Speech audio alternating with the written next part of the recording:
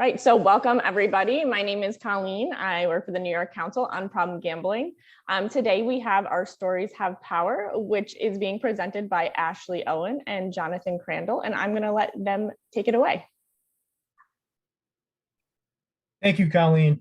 I hope everybody can hear me just fine. If not, please let us know.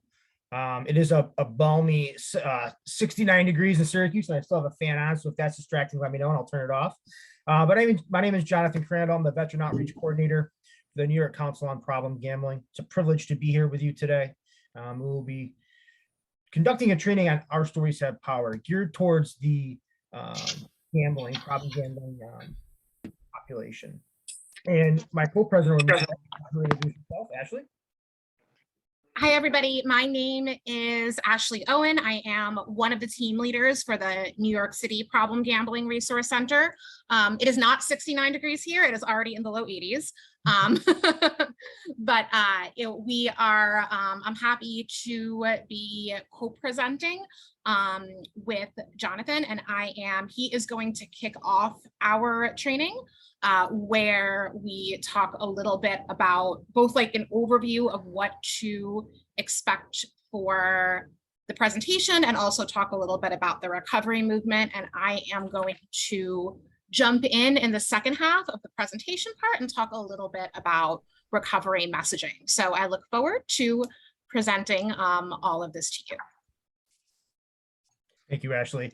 So from what I hear, we have over 80 individuals registered, which is outstanding. If you have any questions, and if you throw them in the chat box, what we'll do is, as Ashley stated, I'll do the first half or the first third of the presentation. I'll answer any questions following that, and then Ashley will do the same at the end of her period of instruction. Ashley, could you advance the slide, please? Absolutely. Thank you very much. So, as we stated, we're with the New York Council on Problem Gambling. The New York Council on Problem Gambling has been around since 1994. Our roots actually go back as far as 1972, when we were one and the same with the National Council on Problem Gambling. Our mission is simple. It's twofold. One, increase public awareness about problem gambling behavior, right? And our second is to advocate for individuals that have been negatively impacted by problem gambling behavior, additional support services, and connection to treatment for those individuals that have been negatively impacted. That includes the family. And we do maintain a natural or a neutral stance on gambling. We are not for gambling. We are not against it. We are merely here to help the individual that has been negatively impacted by problem gambling. And we are governed by a board of directors. Next slide.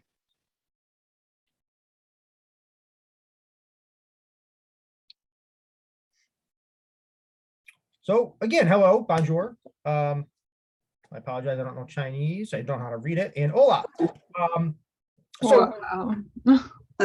With us today, we have some handouts that will be included in the chat box as we go through them. Just to go over them quickly, we do have a language of addiction, the language of recovery handout, the messaging cheat sheet, a worksheet for Our Stories Have Power.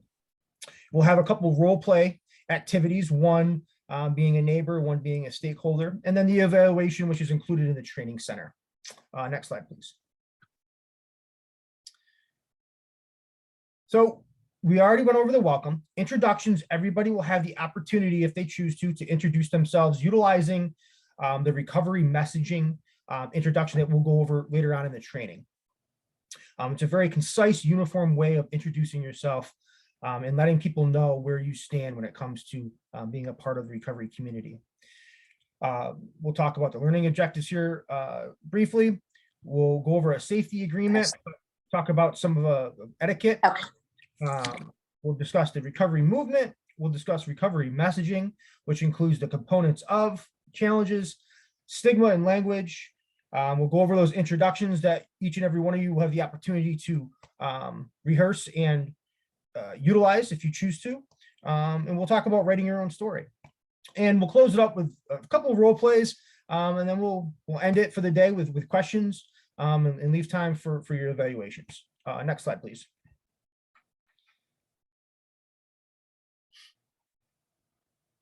So today, what we're hoping to bestow upon you is several things. And hopefully the first thing, you'll be able to describe key concepts of the recovery movement, and also key components of the recovery messaging. You'll be able to differentiate between effective recovery messaging from ineffective recovery messaging. And you'll be able to have the opportunity to debate the appropriateness of common topical language choices. Some of these language choices address stigma, and you'll be able to apply this knowledge from here on out. Next slide, please. So first and foremost, the safety agreement. We ask that you maintain an open mind. One thing that you'll learn today is, with the recovery movement, with the recovery community, there are multiple pathways to recovery, multiple angles.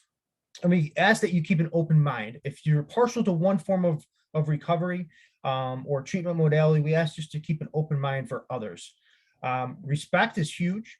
We absolutely maintain a level of respect when we're here training and speaking with one another.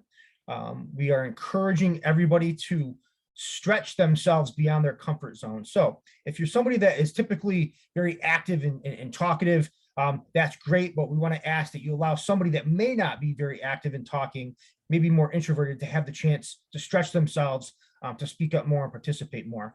So we're just asking you to get out of your comfort zone a little bit. Ouch. If there's something that offends you, at times, we all try to be mindful of ourselves and others and the way that we speak. We try not to say terms that offend people or may be sensitive to others, but if there is something that is stated, just simply say ouch. We'll stop the training and we'll discuss it. We'll discuss why that is sensitive and how we can move past that and move beyond that, and correct that action. Confidentiality. As we did say, this training will be recorded, but the breakout sessions where we'll be discussing individually amongst pairs and partners will not be recorded. We ask that when you end this training, anything that was stated, just keep it to ourselves. The old adage, what is said here stays here. Is there anything else that wasn't suggested or spoken about referring the safety agreement that anybody would like to add for today's training?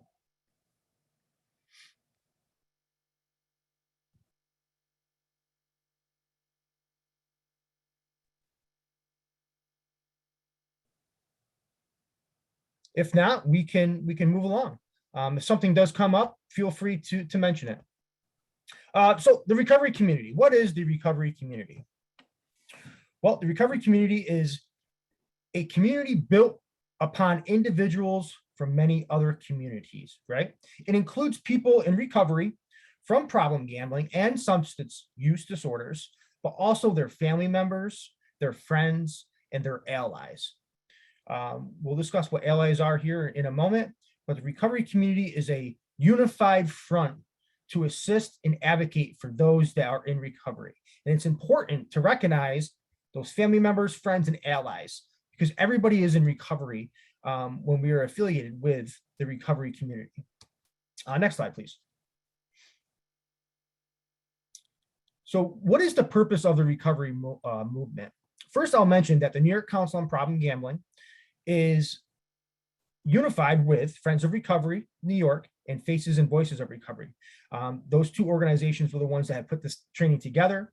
They trained Ashley and I, and from here on out, we're carrying the message. So right there, immediately, you can see the unity between three different organizations for a common purpose, and that's for the recovery movement. And it's designed to organize and mobilize people in recovery from all addictions, whether it be behavior, substance, what have it, all addictions are encompassed. It includes family, friends, and allies. It also includes recovery community organizations and networks. And it's there to promote the rights and resources to recovery through advocacy and education for all people. And this movement demonstrates the power and proof of long-term recovery. Next slide, please. Now, this movement is guided by several principles. It emerges from hope. That's the great thing about this training, Our Stories Have Power. I'm a huge advocate of one telling their own story. for a couple of reasons. One, it's empowering to the individual, and two, for those individuals that may feel alone, helpless, hopeless, it empowers them. It empowers them to stand up and reach out for help and regain that sense of hope. It's person-driven. It occurs over many pathways to recovery. It is holistic, supported by peers and allies. It's also supported through relationships and social networks. You'll see with the recovery movement, we have grown immensely. There are many opportunities for individuals to develop relationships and networks socially with others that are in recovery. It's a phenomenal movement. It's culturally based and influenced. It is trauma informed. And it involves not only the individual in recovery, but their family, their friends, their allies. It strengthens the community.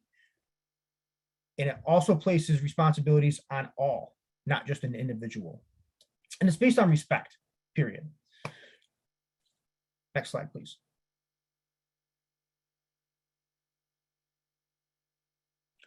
So person-driven, what is person-driven?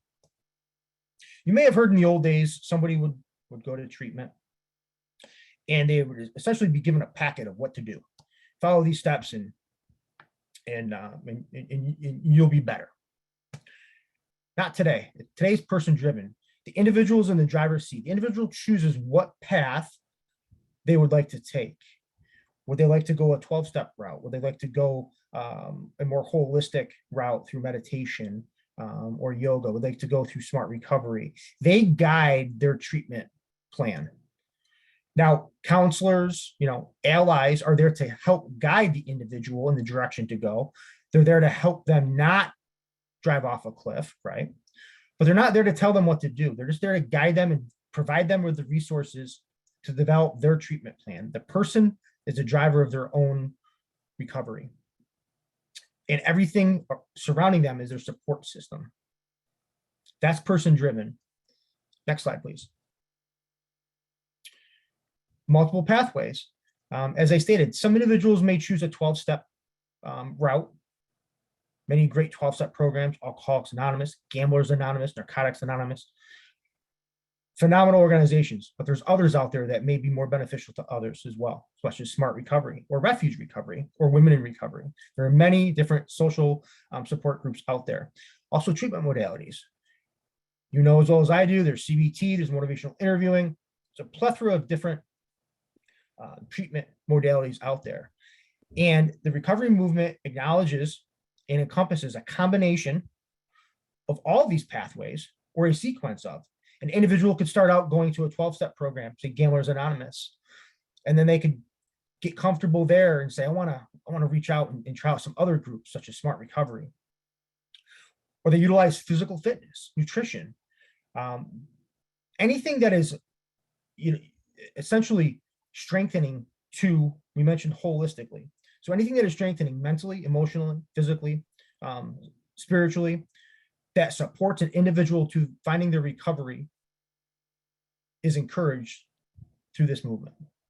Next slide, please. Now, there are three types of identifications in recovery, right?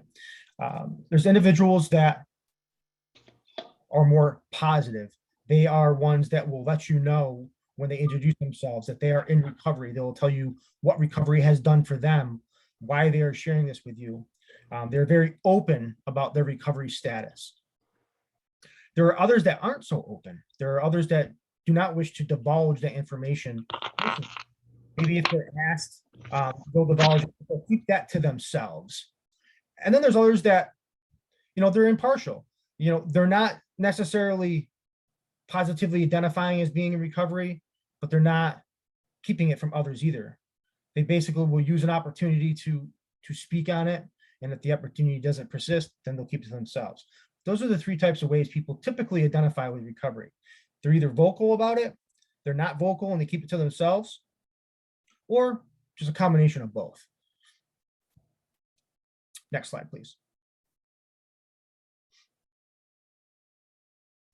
And at this point, are there any questions that popped up in the chat box? Let's see, regarding the recovery movement. I don't see I just want to say hello to anyone that may have joined us on the last several minutes. And as Julio said, thank me for allowing me to be in this space with you as well. John, somebody did just ask what smart recovery was. Thank you very much.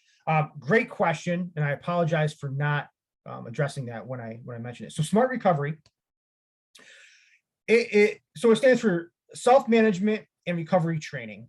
It's a social support or a self-help group that, like this training, encompasses all addictions. So anybody with any type of behavioral or substance addiction can attend, and it's guided on tools, and they have 4 points.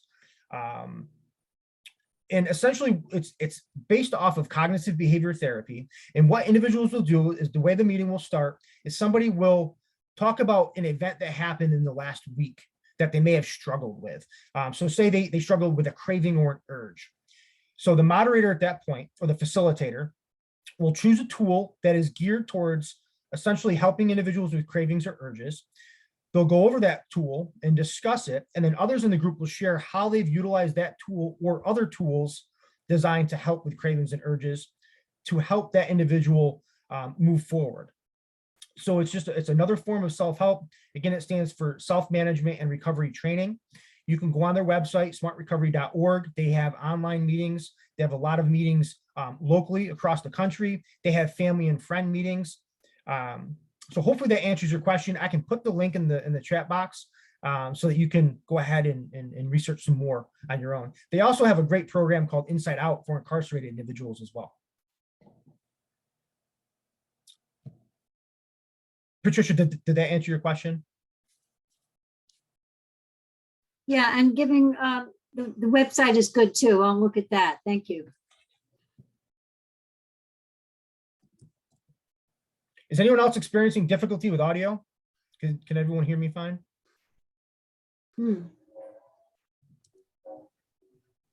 I can hear you, John. Thank you. Thank you. And now, no further questions. I'll hand it over to Ashley. Okay, thanks, John.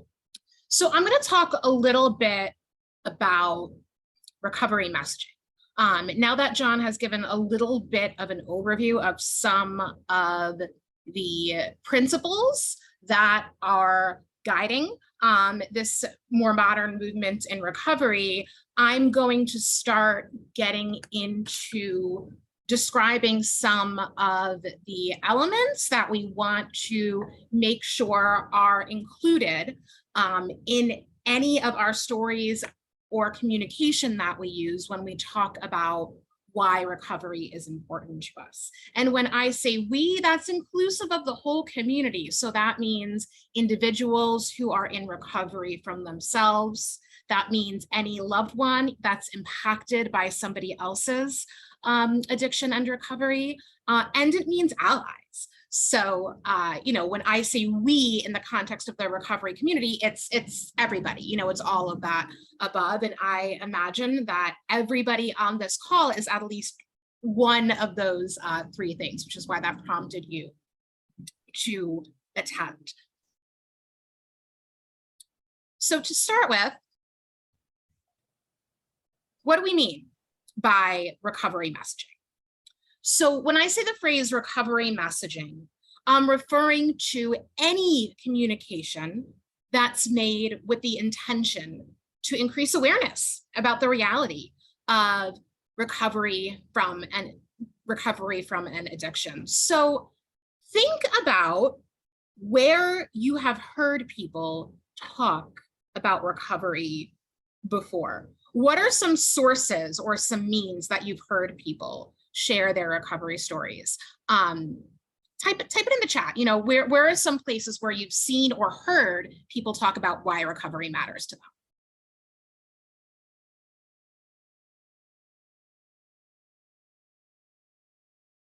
I'll give you a sec to think, and then feel free to type in the chat. Live at meetings, Facebook, YouTube, NYCPG, yes, absolutely. Legislative advocacy, yes. Zoom, group therapy, meetings, conventions, absolutely. TV ads, community meetings, You guys are giving a bunch of great suggestions. Some of the primary places that we see recovery messaging go on isn't some of the places that you all spoke about.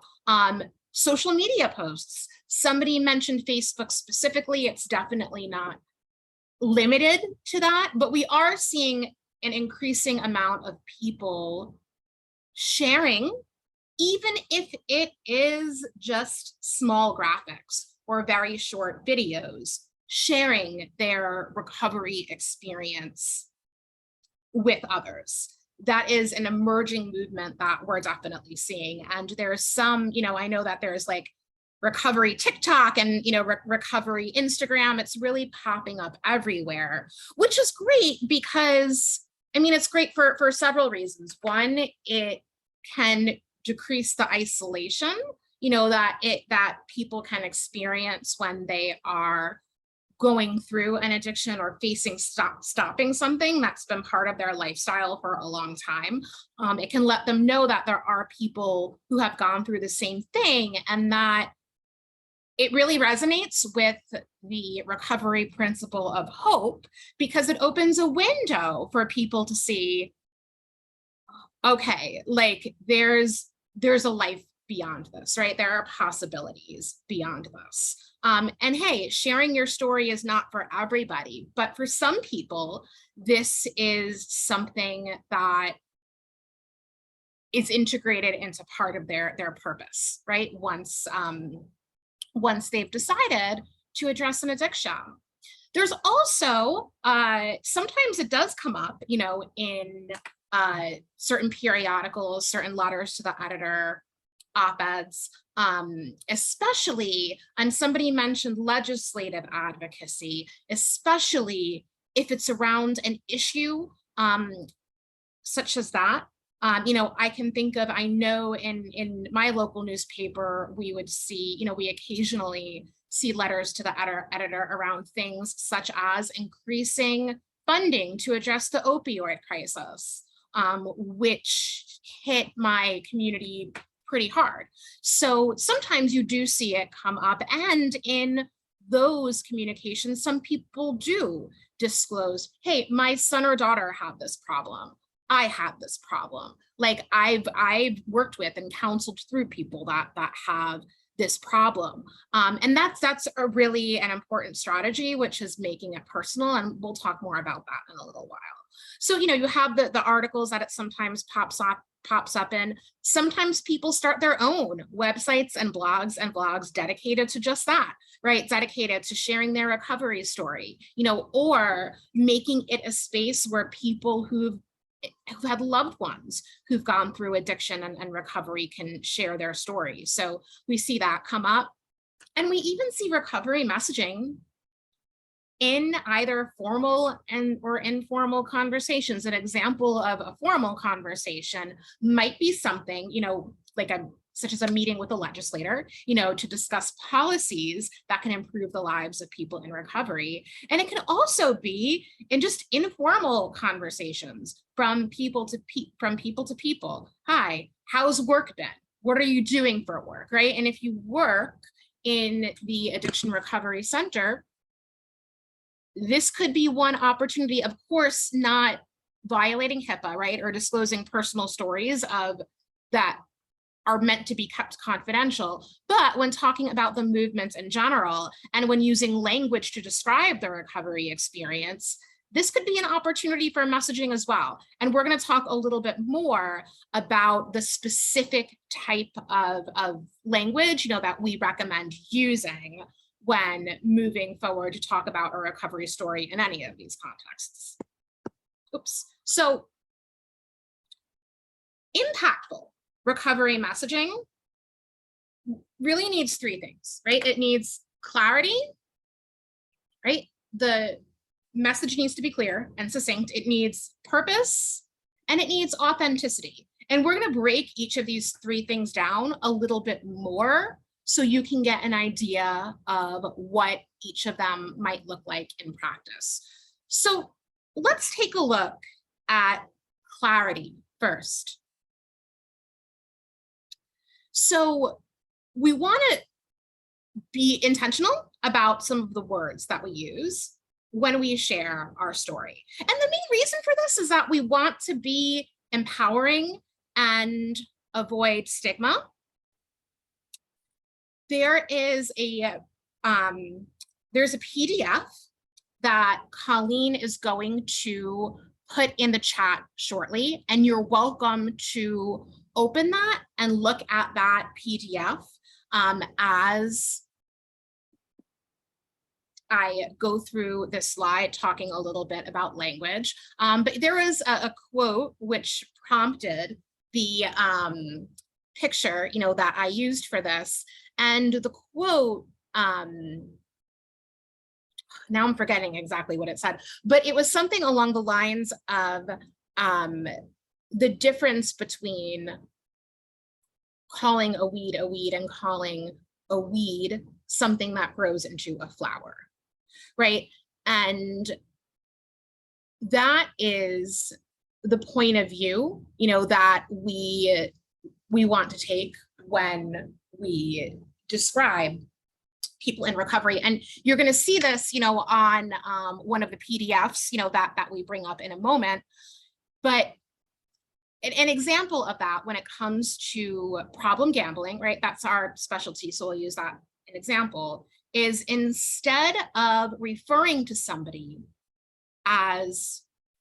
who has a problem with gambling as a problem gambler, referring to them as a person with a problem gambling or a person in recovery from problem gambling. Why do you think we make that distinction? Feel free to either unmute and share verbally or share in the chat.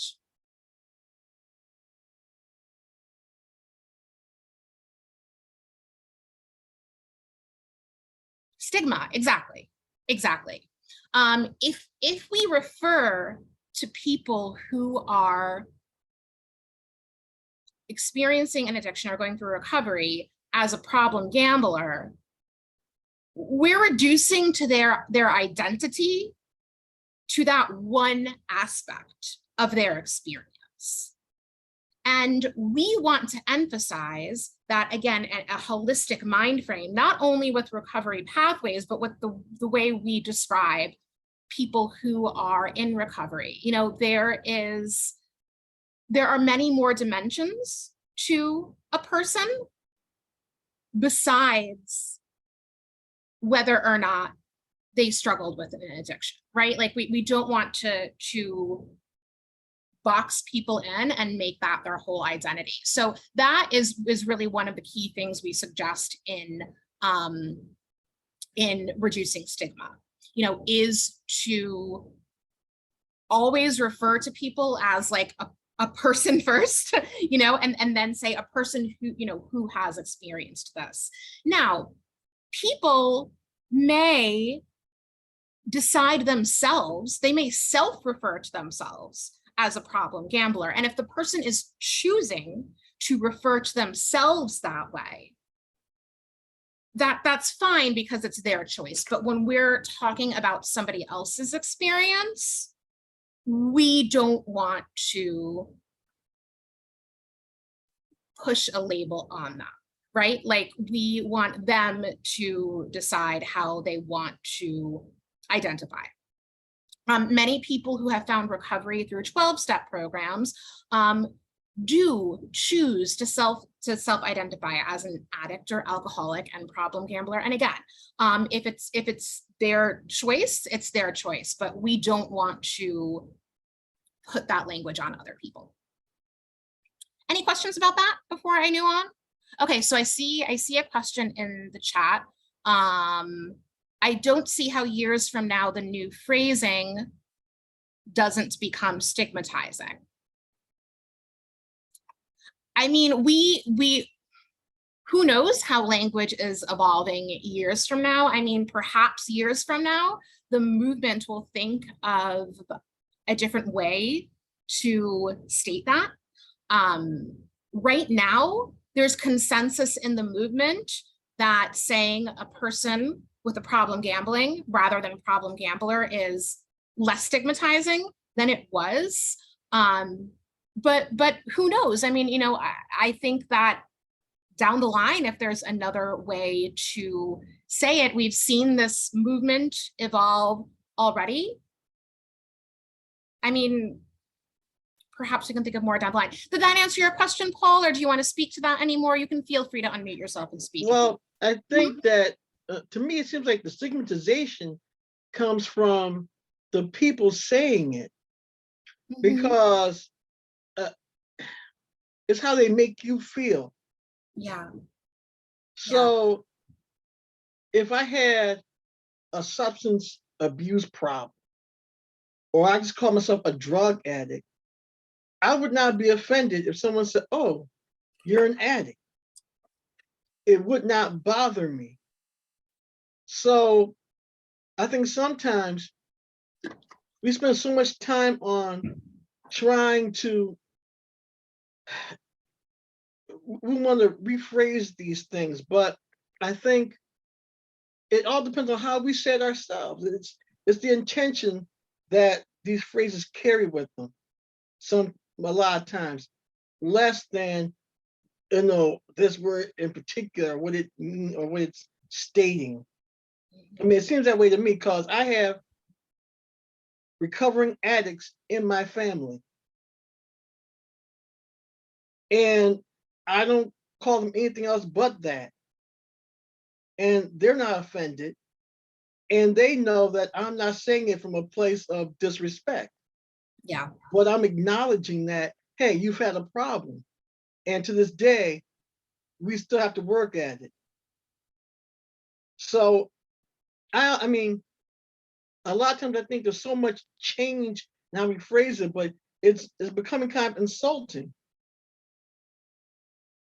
If we change the way we approach our clients, we don't have to change so many things.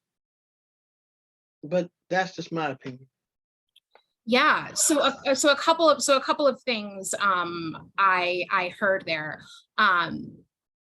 So what I'm hearing is that your experience working with clients and interacting with family members is that using the phrase addict, as an example, is not at all stigmatizing, and it's actually empowering because it's actually empowering for them, for your family specifically, and maybe your clients specifically, because their perception of it is, well, this is how I take ownership for it, right? Like this is how I take ownership and move on from that. And I think that's a valid point. I think a lot of people do take ownership in that. But for the purposes of this training, I think it's important for us to realize that this specific recovery messaging in terms of sharing stories is a little bit different than how we might interact with our clients and even family members, because when we share stories, especially if we're sharing them from like the family member or ally perspective, and we're sharing them about other people, we're not just putting the language out to like a client in the session or our family members who we know are okay with that language. We're putting it out there to everybody. And I think the purpose behind this was not to make things more complicated for people who are comfortable, using terms such as addict, but it was to kind of expand the scope of how we refer to people's experience, because there have been, a lot of people over the years who some people felt empowered by that, but some people felt really reduced by it too. And a lot of, many of the language still used in treatment centers and the recovery community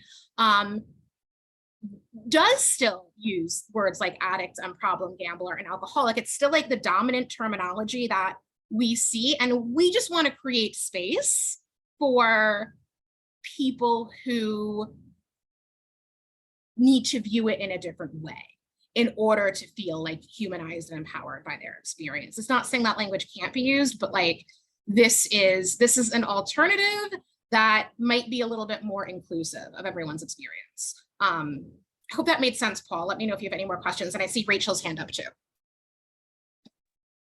I just want to share my thoughts on your point, Paul, because I get where you're coming from.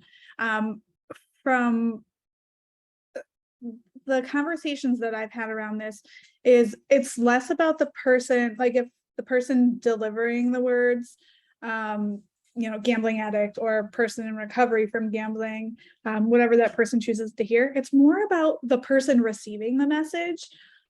Because when people hear the word addict, people have some negative connotations that go along with that. So I think it kind of helps the listener open their mind to hear more than the addict. And we talk about having a person with, because everybody is more than their addiction, or more than one thing, because everybody is so complex. That's how I think of it when I think of this language piece. It is also for the benefit of the listener, to help kind of change the context in which they're hearing the words. Thanks, Rachel. That's a really excellent point. And I think that's actually kind of a good segue into what we have moving forward. And we can, look at, there's a PDF, the language of recovery chart, that we can look at a little more once we're in the breakouts. Colleen? I just want to say we're having a little bit of technical difficulties getting those PDFs in. I just talked to John. He said he could potentially share it on his screen. I also just added them as course resources in the training center, so people should be able to see them there too. Okay, no problem. Thanks, Colleen. Okay, John, so you can just raise your hands and let me know when you're ready to share your screen, and we can. Yeah, are you ready? Do you want to share that now so folks can see it? Yeah, it's the language of recovery, correct? Or language of addiction? Yeah. Of recovery, right? Yeah, exactly. All right, let me know when. Go ahead if you have the capability to. I'm not sure. Do I need to assign you, or do you have the capability? You should be able to, I think. Yes, let me.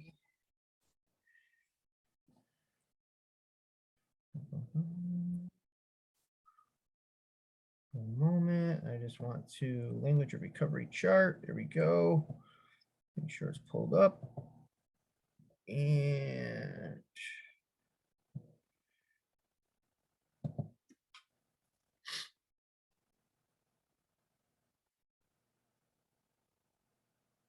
can everybody see language of recovery chart? Yeah. Okay. Awesome. Thanks, John. So so this is a list of alternative, terminology to incorporate when doing different kinds of recovery messaging. This chart was made by Friends of Recovery,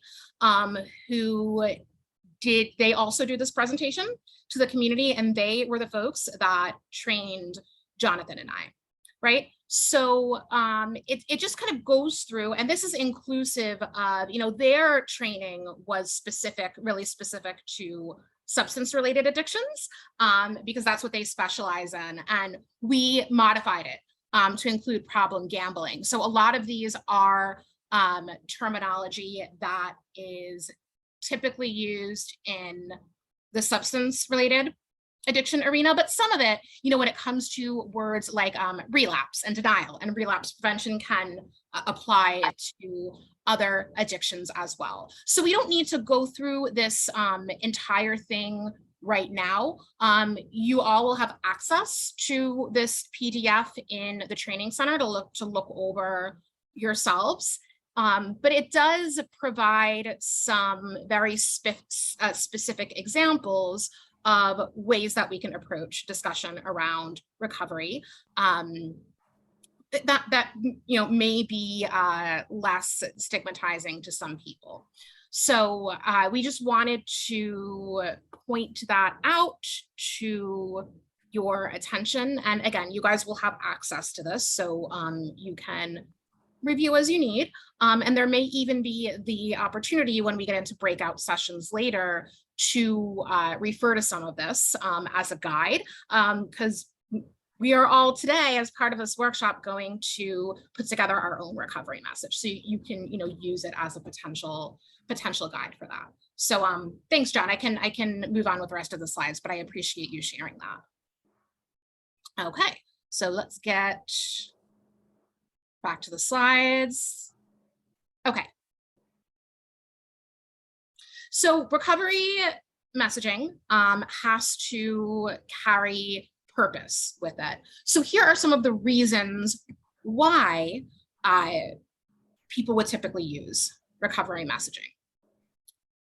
Like we said at the beginning, we want it to be a message of hope. We want people to come away with the message feeling like there's a way to work through this and there's something to look forward to on the other side. And traditionally, the way recovery has been approached is finding hope as individuals, right? The individual's recovery story. And even though that is something that is still crucial, to the movement, this new recovery movement, in addition to finding hope on a one-on-one basis, wants that hope to really be part of the whole community and whole culture, right? Meaning we want to create communities where people don't feel stigmatized talking about their experience. If they choose to keep it to themselves for other reasons, that's completely fine too. But if somebody wants to talk about their experience, we want to create communities where stigma is not a barrier, right? We want to create communities where the word addict does not have all of the negative connotations that currently come with it. Because an environment where there's not stigma around talking about this will make it easier on a community and culture level for people to access that hope, because there's not going to be this barrier of, okay, if I talk about this with the community, are people going to judge me, for what I went through, right? Or for like the lens that I see this experience through. So that's important. Again, we mentioned this before when we were talking about language, but recovery messaging does help to end the stigma around it. Eventually, when enough people come out about it, people do feel less ashamed about identifying as somebody who has gone through an addiction.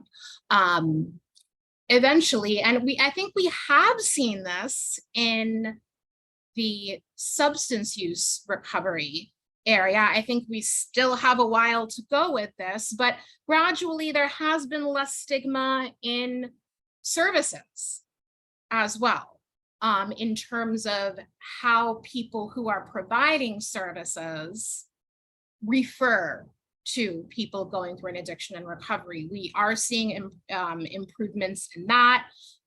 In systems, I think there's still a lot of work to do around that, and not really enough available for recovery support yet. And part of that is due to the stigma. Part of it is due to like, well, you went to rehab X amount of times. When are you going to recover already, right? Like the system, I think still has a long way to go, right? In not setting things up so that people in recovery feel stigmatized. So that's something that enough recovery messaging, especially to people like legislators who have control over these systems, can help us move towards. And, speaking of legislators, also through policies, right? Both like government policy and even like agency policy, right? On a more meso level. These are all of the avenues from which we try to use this messaging to end stigma. One example too, this is a really good example that was brought up in the training that John and I went to in terms of how this shows up in systems and policies is a lot of treatment centers and their policies around what they call non-compliance, right? Like that's really an example, you know, about how in some ways stigma can be shown through policy because it's a judgment, and you know, sometimes it can be a complete lack of understanding, you know, of why people are still acting out in the, or are still using the addictive behavior as a way to cope, right? And it's something that is punitive, you know, rather than restorative, right? And that's something that comes up a lot, like in systems and in policies. And I know that's something that Friends of Recovery, you know, on a statewide level is doing a lot of advocacy to work around. Another purpose of recovery messaging is that it unifies and empowers. Like John said at the beginning, it's about bringing all of the people who care about the recovery movement together. And we want people walking away feeling empowered, feeling like I'm not alone and there's something that I can do about this. There's something that I can do to make my community more supportive of people in recovery and their needs. And speaking of the needs of people in recovery, messaging advocates, right? Recovery messaging might say something like, hey, you know, I have a loved one who went through recovery, and when they came out of rehab, there really wasn't a lot of community support available for that. And I'm learning because there's not a lot of funding for those kinds of things. What can we do to change that? Here's how the community as a whole, you know, might benefit from those resources being in place. So advocacy is definitely a purpose of recovery messaging. Recovery messaging focuses on positive reframing.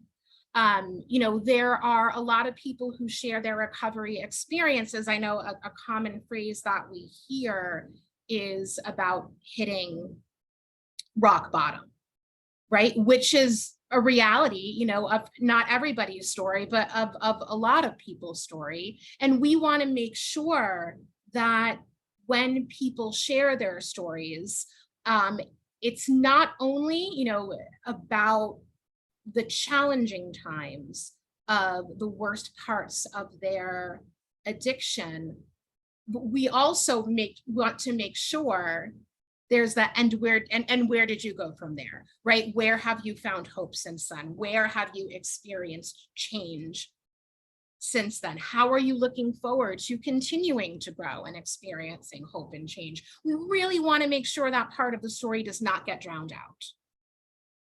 And lastly, we want our messages to have authenticity, right? We don't want them to feel robotic. And that's one of the ways why personal stories are so powerful, because personal stories can reach people at heart level, you know, in a way that something like program advertisements like really can't do, right? It has an emotional impact to really get in people's heart and memory. So making it personal, you know, as personal as you're comfortable making the message is really important. That being said, there are plenty of challenges in recovery. You know, one is getting enough stakeholders in the community on board to support this recovery messaging and support these ways of talking about recovery. And there can be concerns similar to, I think, what Paul brought up about, well, how does this impact the way that we've been talking about recovery that makes sense to us, right? You know, there might be some confusion about, does this mean I can't say addict anymore, right? And that's not what we're saying. What we're saying is that when these stories are talked about publicly, it's just important to acknowledge that there are multiple frames, right? That people see themselves as in terms of their relationship to recovery. And, person who has can be more inclusive of everybody than, just, for example, the label addict can. So that's something, that's definitely, whenever we're talking about like community change, that's something kind of like the stakeholder buy-in can definitely be a challenge. And it can be like a years long, sometimes decades long process to work with folks through. Another challenge, of course, is that I think I'm sure most of us on this call have dealt with bureaucracies and maybe even government to a certain extent, and policies do take a long time to change. So there's a lot of patience, that needs to be involved when doing this. And again, a third challenge is, that access to messaging. Are we using our messaging, in the ways that, are we reaching other people who have experienced going through an addiction and who are in recovery? Like, do they have access to whatever platforms and whatever means they're sharing these messages on, right? We want to kind of make sure that we are using means to promote our message that our target audience has access to. So those are some of the challenges. And we mentioned this a couple of times earlier, that there are stigma, basically refers to existing attitudes towards people with an addiction. What are some of those existing attitudes? What have you all observed that comes up?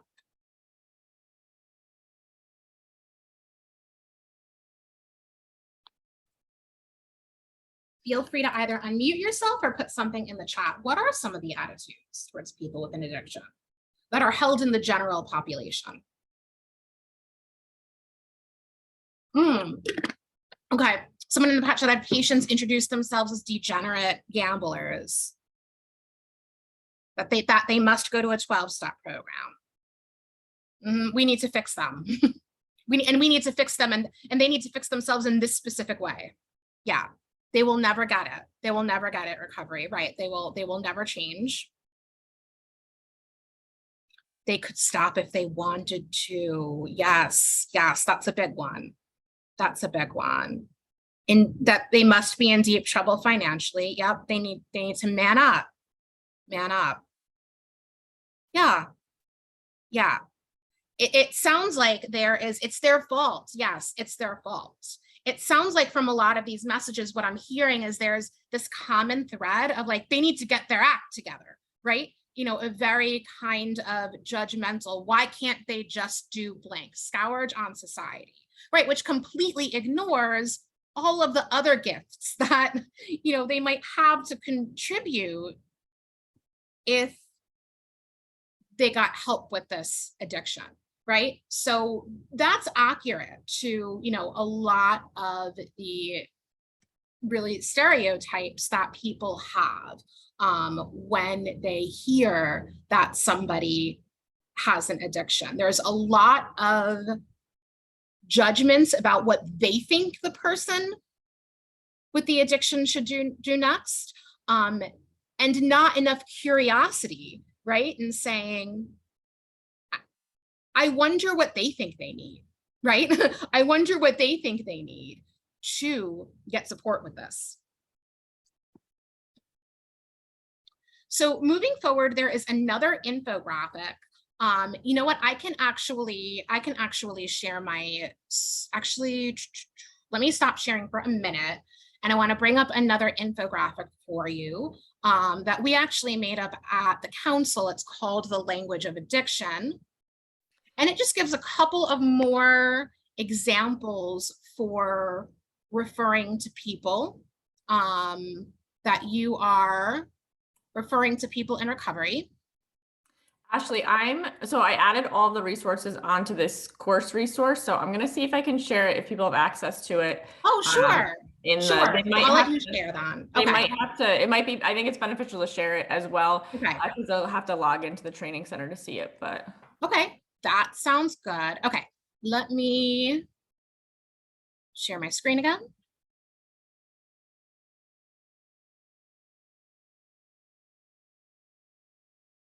Okay. So with gambling disorders specifically, we find that many people may unintentionally use words that perpetuate stigma and stereotypes, right?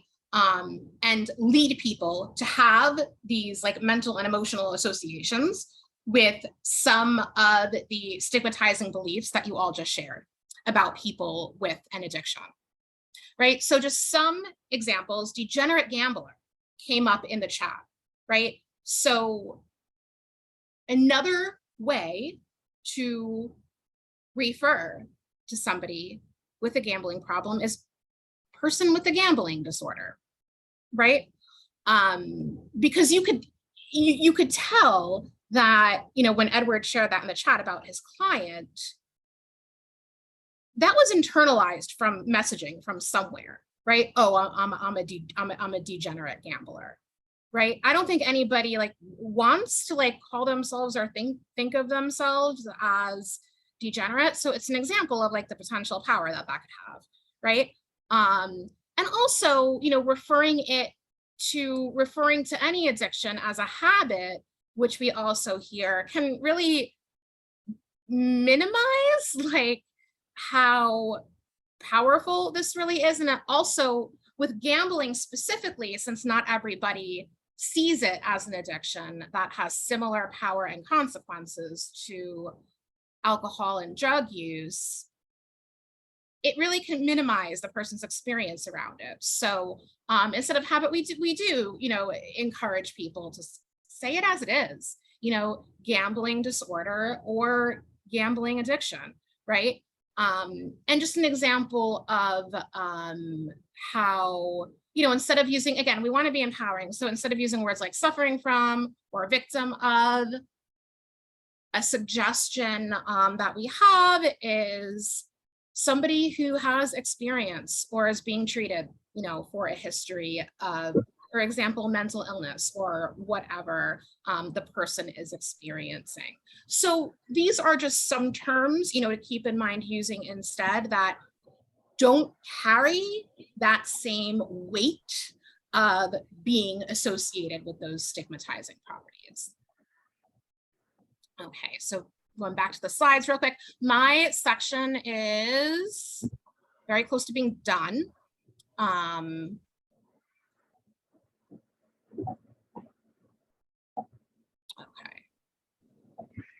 Well, I'll get the slides back up anyway as I finish it out, because we are going to be moving on very shortly to our breakout rooms, because it will be time to make your own recovery message. So I want to kind of get an idea of where people stand, because we have, let's see, so it's just about 2 o'clock, we're about halfway through. We can either take a 10-minute break if you guys feel like you need a break, and then come back and go into breakout rooms. Or if you're okay going straight through, we can go straight into breakout rooms and possibly end a few minutes early. What are people feeling? What's the temperature check here? Anybody have any preferences either way?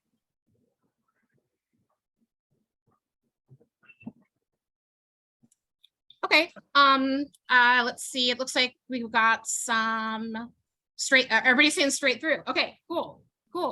Let's do it. So we are going to go into breakout rooms shortly.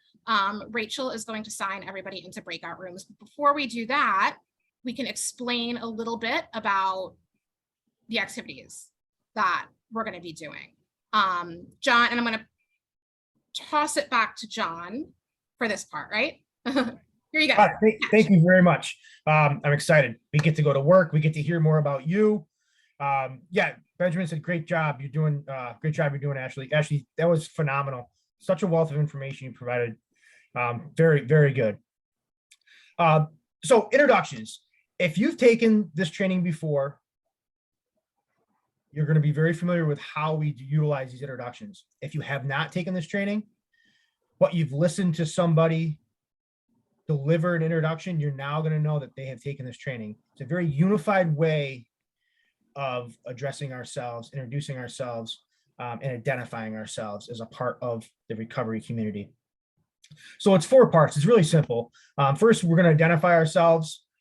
You'll state your status, whether you are a person in recovery, a friend, family member, ally. You'll describe what recovery means to you, and then you'll explain to them why you're sharing your recovery status. It's important to always share why we're, sharing our recovery status, especially if for clinicians. Clinicians know about self-disclosure. Typically, it's saved only for moments when it's going to benefit our client, right?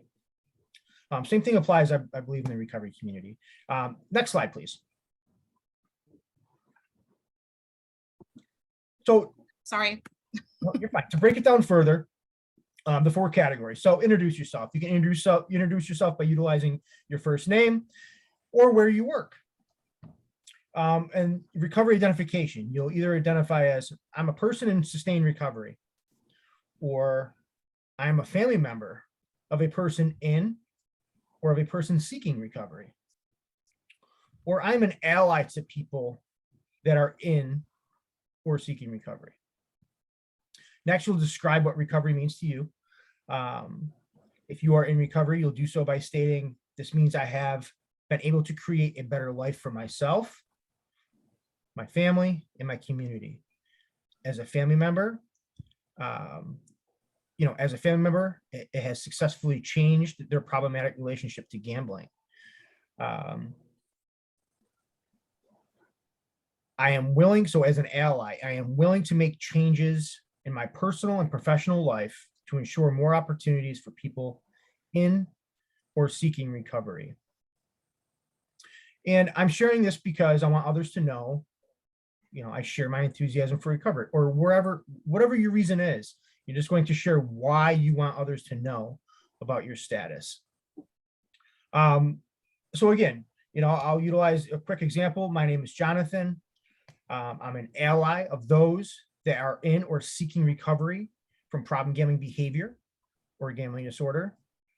And what this means to me is I'm willing to make changes in both my personal and professional life to ensure there are equal opportunities for those that are seeking or in recovery from problem gambling behavior or gambling disorder. And I am sharing this with you today so that you know I am an ally. And if you are seeking resources or need assistance in finding recovery or supporting your recovery, I'm able to help you with that. Any questions about the 4 categories? I just also want to say before I forget, I'm so sorry to interrupt, John. It might be, for those of you who are able to, you might want to screenshot this, because this is like the activity that we're going to do in breakout groups. Everybody's going to practice like introducing themselves and creating their own recovery story. So I just wanted to make sure before I forgot and switch the slide, you guys might want to screenshot this. And just for the describe section, it doesn't have to be, one of these 3. Like it could be the describe is really like the describe and the reasoning, the why. That's whatever you want to say. These are just examples of what it could look like.